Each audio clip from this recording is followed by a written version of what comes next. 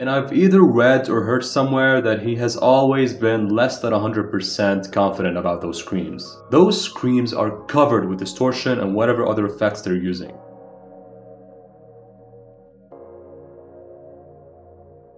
Last time I talked about the song Gods, the only track from the album Sudowning which has not yet been debuted live. I listed all the possible reasons that I could think of. I said that maybe the screaming is the biggest factor here because Vessel sounds like he needs some time to work on his screams. But the song I'm talking about today is quite different. There's no screaming on this one, in fact it's a very beautiful one that's oddly underrated.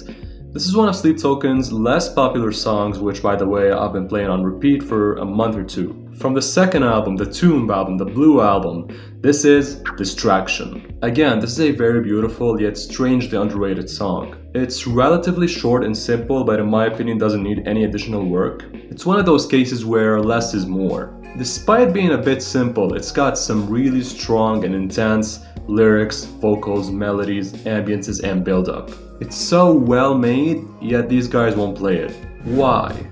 Well, let's do this again. Let's look at the major elements, dissect them, analyze them, and try to come up with some answers. First, the vocals. I don't think there's anything difficult for Vessel to sing here. The song is actually pretty easy to sing compared to most other Sleep Token songs, of course. Sleep Token are known for the long and difficult lines, but Distraction doesn't have them. So, is it the vocals? No, most probably not, so we'll cross that out. What about the music? What about the instruments?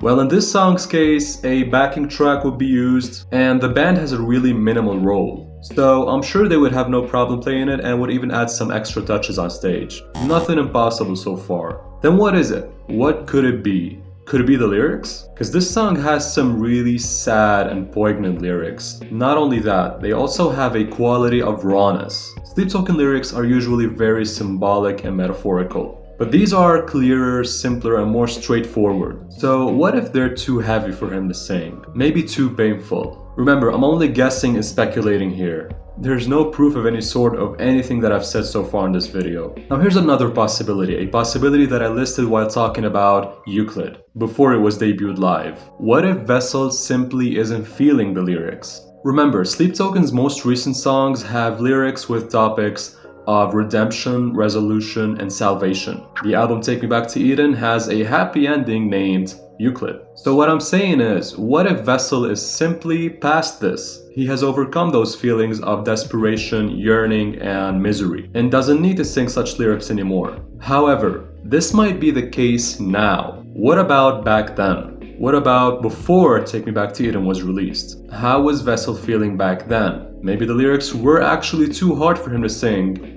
or maybe not. I'm also thinking about this one thing, back then they had less songs before Take Me Back to Eden, so why didn't they play it? Because it's also really likely that they won't play this song now because they don't have enough slots on the setlist, and the more popular songs are given more priority. Now all of that is possible, but there's one more thing that I think is the actual reality. And it's very simple, it's literally what I said in the beginning of this video. I believe Sleep Token won't play the song Distraction because simply, it's not very popular.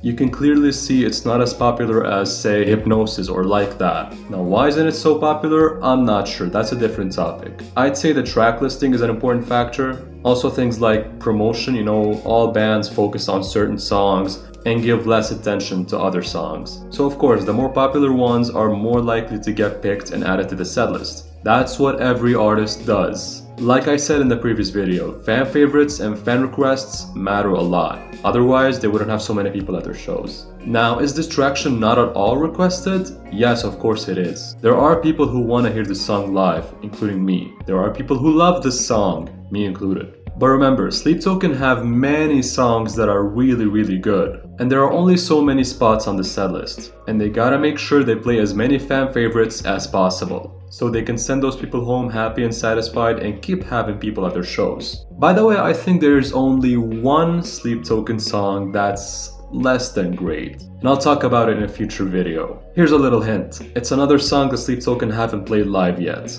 and I'm talking about it next time. So to wrap up, I think that's the reason why these guys won't play Distraction live. And I think it was the reason back then and still is now. And someone might ask me in the comments, why are you even talking about this? Why does it matter?